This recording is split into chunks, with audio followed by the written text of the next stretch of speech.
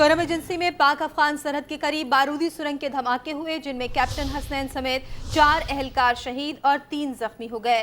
ISPR के मुताबिक दहशतगर्दों ने खरलाची के इलाके में बारूदी सुरंगें बिछाई थी। सिक्योरिटी एहलकार बाजियाब कराए गए। कैनेडियन शहरियों को अगवाकारों और सहूलतकारों की तलाश में गए थे।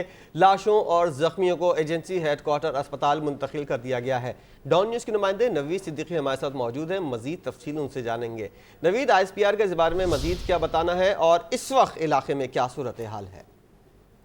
जी, खरलाची का इलाका है करम एजेंसी में, और वहाँ पर दहशतगर्दों की जानिब से देसी साख्ता बारूदी सुरंगें बिछाई गई थी। और ये जो पेट्रोलिंग पार्टी थी, सिक्योरिटी फोर्सेस की SP की पार्टी थी, जो कि मामूल की पेट्रोलिंग पे थी, और खुसूसी तौर पर ये पेट्रोलिंग पार्टी जो थी वो जो कैनेडियन फैमिली को बाजियाब करवाया गया था अगवाकारों से, उनके सहूलतकारों की तलाश में थी। जब ये जो उनकी जो पेट्रोलिंग पार्टी थी, पेट्रोलिंग गाड़ी थी सिक्योरिटी फोर्सेस की, वो बारूदी सुरंग से टकराई है, जिसके नतीजे में 4 एहलकार शहीद हुए हैं, जिसमें कैप्टन भी शामिल है, जबकि 3 जो है जवान जो है सिक्योरिटी फोर्सेस के वो शदीद जख्मी हो गए हैं। और ISPR के मुताबिक शहीद होने वालों में कैप्टन हसनैन, सिपाही सईद बास, सिपाही कादिर और सिपाही जुमागुल, जबकि जख्मी होने वालों में नायक अनवर और सिपाही जाहिर और लास्ट नायक शेर अफजल शामिल है। और ये सबसे बड़ी बात यह है कि कैनेडियन फैमिली को बाहिफाजत बाजियाब करवाया गया था, जिनमें उनसे 3 बच्चे, 2 बच्चे और 2 मियाँ बीवी थे, अमेरिकन और कैनेडियन।